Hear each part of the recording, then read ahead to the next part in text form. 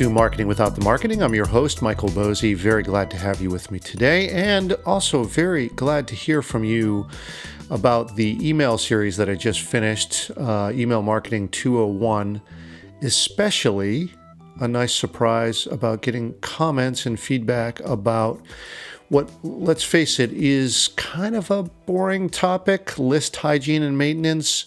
Boring, but very, very important, and it seemed that you thought so as well, and it's nice to hear that this spurred some action for folks, and it was just nice to hear from you that this was actually helpful. So thanks for reaching out. I always appreciate that. All right, today I want to do something a little bit different. This will serve as sort of an interstitial episode in between Email Marketing 201 and Social Media 201, and I want to focus on a story from a client of mine. I have her permission to share her story, and I'll keep it anonymous, though it's probably not too hard to figure out who this is. And something that she experienced recently, which I wouldn't wish on anyone.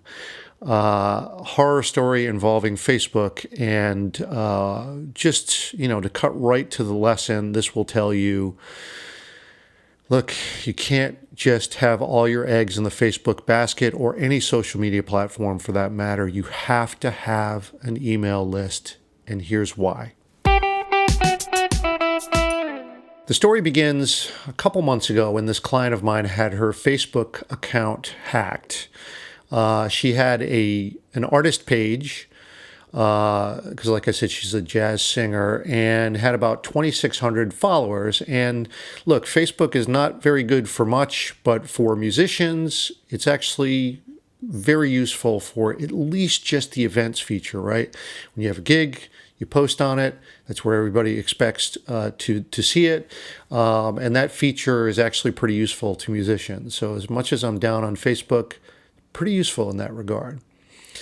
So her account gets hacked. Must have been pretty bad stuff that was being posted by the hackers. I would assume hate speech or some other type of thing. She never was able to see what they were posting, and thankfully it would appear that her friends didn't see these posts either. But it must have been pretty bad, because when she made an appeal to Facebook, Facebook said it's been permanently deleted and could not reinstate it. So that leads us to believe that it was something pretty bad for Facebook to just permanently delete it. No exceptions. She's not getting this account back. But just imagine from her perspective now, she had 2,600 people that she could be in touch with to let people know about new recordings, about gigs, using that events feature, and now she has absolutely no access to them. They're gone. They're not on an email list. They were just in Facebook. All that time that she spent building up this audience, all of it's gone. Completely wiped away, and through no fault of her own. Right? This is a hacker who gained access and ultimately ended up getting her account shut down. Now, she has no ability to run her business. This audience of 2,600 people becomes zero, all for something that's completely out of her control, and she can't get it back. So think about this for a second. Imagine that, put yourself in her shoes right now, right? What would you do if your only means of connecting with your audience was through this platform, Facebook, and it goes away? Look, this type of thing could happen to you or me today, tomorrow, next week, next month, whatever. This is a possibility. And the whole point of telling this story is just to make sure that you have your audience living somewhere that you have access to them, somewhere that you control. Now, on this podcast, I've talked about this issue over and over again. It's called digital sharecropping, when you build on someone else's land, and you want to avoid that. This is why it's so important to have your own website and your own email list. It's not to say that something bad couldn't happen in either of those domains either, right? You could have a DDoS attack on your website, or you could have your email list shut down or blacklisted for some reason. But generally speaking, these are platforms that you are better able to control, and thereby you don't want to leave your business at risk in this way. And here's the thing, after a couple of months, it was evident what was going on here. It looks like the hacking that was done was to sort of expose the page so that someone else could get into it, get it shut down. And what it looks like happened is there's an outfit that looks like they're out of Vietnam who captured all of her content and most importantly, I would guess, all of her followers. The account is under her name still, though the URL is different. And they're taking those 2,600 people. They added another, 3,500 bots or so to make sure that these, so that this looks active. And they're posting every 2 hours, 24 hours a day, these ads for a Vietnamese clothing line. So in other words, they're taking this list of 2,600 people and they're spamming the hell out of them every 2 hours or so. And I get the strategy here. The idea here is, look, for any Facebook page, you're only going to get about 3% reach. So 2,600, that's only about 75 people are going to see any given post. And probably, given the way that the feed works for a page, most of her friends and followers are not going to see most of these posts. But to gain engagement, you could fill this certainly with this other 3,500 quote-unquote people. They're really bots and probably fake accounts to mimic engagement so that these posts actually get seen. Now, eventually, look, we've gone through and reported this page. She's done it. I've done it. She's asked her friends to report this page because there's not really a good recourse, a good way to get it shut down from the outside, even though it bears her name. Like, it still says her name, and there are still posts from her. You have to go way back, of course, because they've just been spamming, but there are still posts from her in the feed. There are still her photos there. There's still her music there. So they've taken over all the content and the audience on this page. And what's worse is, from her perspective, they've stolen her identity. I mean, these are being posted as her. It's not only that they've taken away her ability to do business and reach the people that she's, this audience that she's built. It's also that they're impersonating her. She feels violated, and rightfully so. This is just a terrible thing, and guess what? Facebook will do nothing about it. And we've gone through all the process on this too. You can go to facebook.com/hacked, and you go in, you fill out all the things that describes, via menus and radio buttons and all that tries to approximate what's going on here when you report this. And this site just puts you in a customer service, in quotes, loop. It just cycles and you get nowhere. And of course, they don't really want to hear from you. They got 2.4 billion users, so they can't really hear from everyone.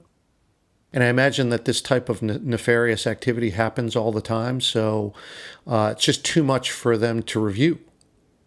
So, she reports it. They don't care.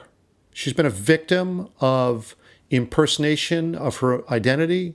They've stolen her ability to do business and connect with those people, and they don't care.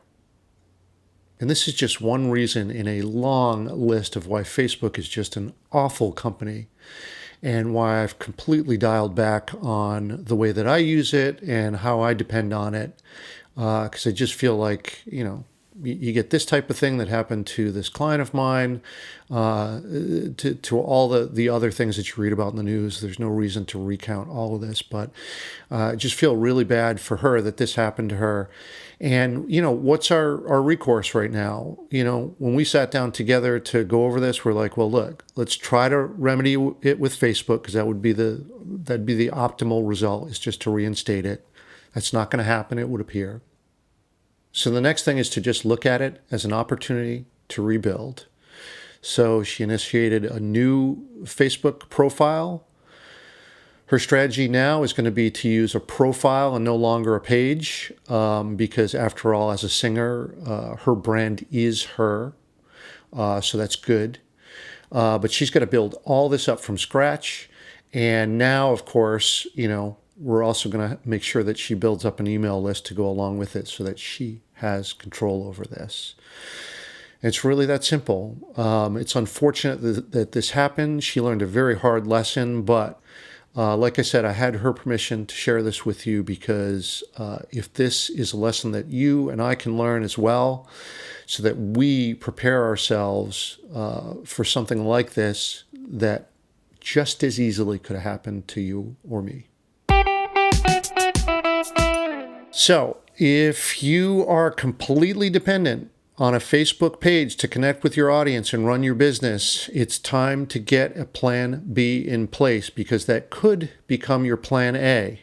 And you should make it your plan A, but you don't want to be forced into it like in this story here. So time to get that in order. And look, this is not that hard to do. Even just to get the basics set up. I've done a whole series on more intermediate strategies. If you reel back the past few episodes, Email Marketing 201, and I do plan to do some more of the basics of just getting a good list set up. But really, just start by opening an email account. There are dozens to choose from. My personal preference is MailChimp. I use it personally, and if I have a say in it, my clients use it too because it's pretty easy. It's free for the first 2,000 subscribers. You can do all the automation. It's a really great starting point, and I would say just get going. And look, if you need some help beyond that, book a session with me. Just go to controlmousemedia.com/strategy. Book a block of time. You and I can sit down and I can walk you through it. We can even do it together so that we make sure that you get it set up right. Or another thing that you can do if you're just looking for some quick strategy check-ins is you can go to Patreon and the tier on there that's called the strategy tier. We can meet briefly month to month. Just to check in, and you can find that at patreon.com/mboezi. That's MBOEZI. And I left links in the show notes for you just to make it easy to find. All right, hope that this story serves as a good call to action to make sure that this stuff is in order for you. As you can see, it's really, really important. You don't want to be in this position. All right, thank you so much for listening, and we'll see you on the next episode.